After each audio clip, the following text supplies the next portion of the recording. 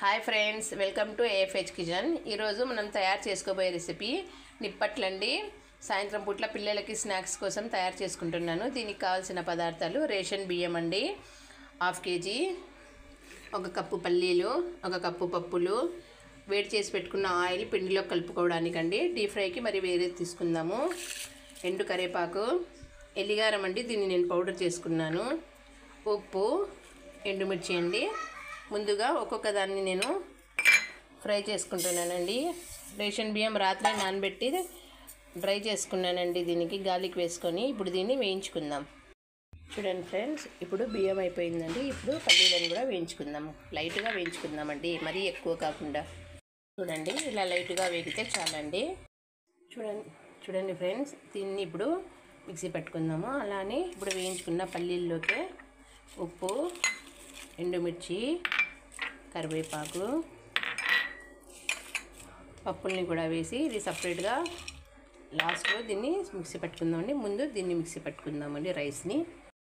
చూడండి ఫ్రెండ్స్, రైస్ని మిక్సీకి ఆడించుకొని జల్లెడ పట్టుకున్నాను. ఇప్పుడు మిక్సీ జార్లో వీటన్నింటిని కచ్చాపచ్చగా మిక్సీ పట్టుకుందాం. ఇలా కచ్చాపచ్చగా మిక్సీకి పెట్టుకున్నానండి. ఇప్పుడు దీంట్లోకి వేసుకుందాం.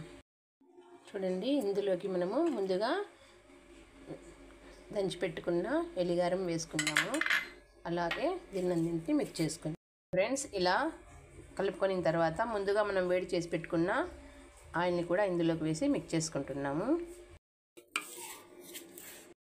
ఇప్పుడు ఇందులోకి కొద్దిగా వాటర్ వేసి చపాతీ పిండిలా గట్టిగా తడుపుకుందామండి.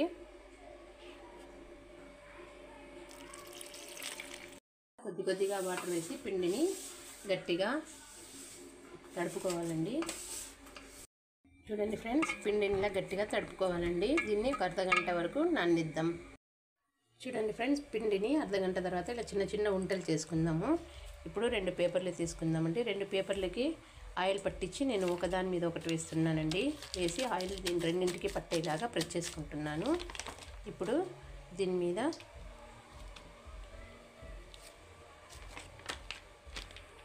ఒక గిన్నెతో దీని మీద ఇలా ప్రెస్ చేసుకుందామండి. ఫ్రెండ్స్, ఒక గిన్నె సాయంతో దీన్ని ఇలా ప్రెస్ చేసుకున్నాను. ఇలా అన్నీ చేసుకుందామండి. ఫ్రెండ్స్, ఆయిల్ వేడైంది. ఇప్పుడు ఒక్కొక్కటిగా నిప్పట్లని ఇందులో వేసుకుందామండి. ఎర్రగా వచ్చే వరకు కాల్చుకుందామండి. చూడండి ఫ్రెండ్స్, ఇవి ఎర్రగా అయినా దీన్ని పక్కకు తీసుకుందామండి. చూడండి ఫ్రెండ్స్, ఎంతో టేస్టీ మరియు క్రిస్పీగా ఉన్నటువంటి నిప్పట్లు రెడీ అండి. తినండి, ఆరోగ్యంగా ఉండండి. నా ఛానల్ని లైక్ చేయండి, సబ్స్క్రైబ్ చేసుకోండి.